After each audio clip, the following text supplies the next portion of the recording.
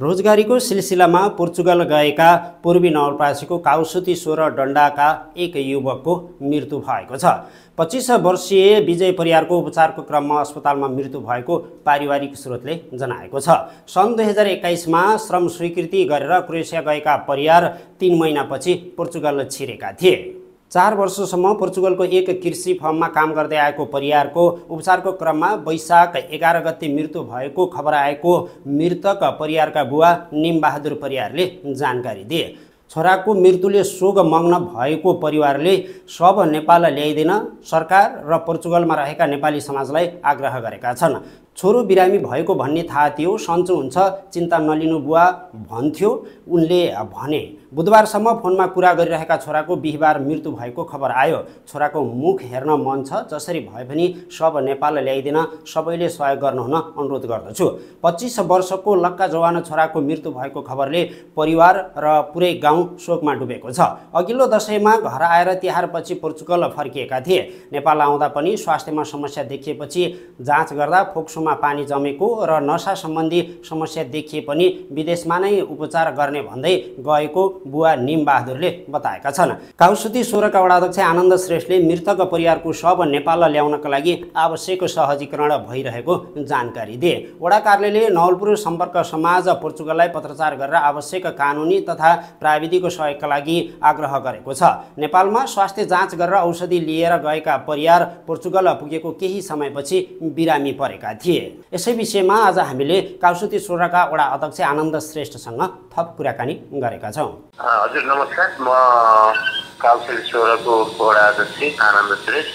हाम्रो यसै 16 नम्बर वडा निवासी उमे दमाईको नाति निमबहादुर परियार छोरा विजय परियार चाहिँ हिजो पोर्चुगलमा बिरामी भएको र मृत्यु भएको भन्ने चाहिँ खबर आएको छ त्यहाँको पोर्चुगलका केही हाम्रो यहाँका साथीहरूले।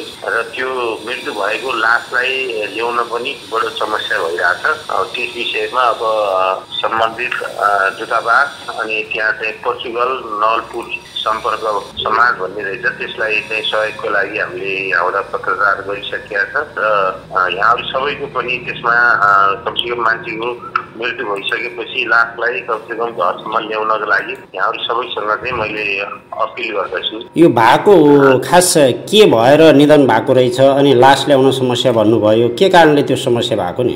हजुरको पहिला चाहिँ अलिकता छाती दुख्यो भन्ने कुरा अलिकता निमोनियाको पनि रोगी रहेछन्, पहिला छाती त्यति रहन्छ। अनि त्यसपछि अलिक पछिल्लो समयमा चाहिँ ढाडको समस्या भयो भनेर चाहिँ हस्पिटलमा भर्ना भएर बसेको अवस्था लगभग 1.5 महिना अगाडिदेखि। र हिजो चाहिँ अस्ति बोल्दै गरेको मान्छे चाहिँ हिजो चाहिँ अचानक मृत्यु भएको भन्ने कुराको उताबाट आएको हो। र जुन हाम्रो पोर्चुगलमा चाहिँ उहाँहरू चाहिँ अलिकता अवैधानिक तरिकाले बसोबास गरेको भन्ने कुराहरू चाहिँ अलिकता अपुष्ट रूपमा आइरहेछ। उहाँहरूको अब परिवार एकदमै भाव विवल हुनुहुन्छ। उहाँहरूले चाहिँ सबै कुरा सोद्धाखेरि पनि अब अलिकति भन्न सकिरहनु भएको छैन। 25 वर्षको छोरोलाई गुमाउन परेको अवस्था, त्यसैले अब उहाँहरूको त्यो अवैधानिक भएदेखि त्यसपछि कसरी ल्याउने कसरी के गर्ने भन्ने कुराहरूमा परिवार त एकदमै अनभिज्ञ हुनुहुन्छ।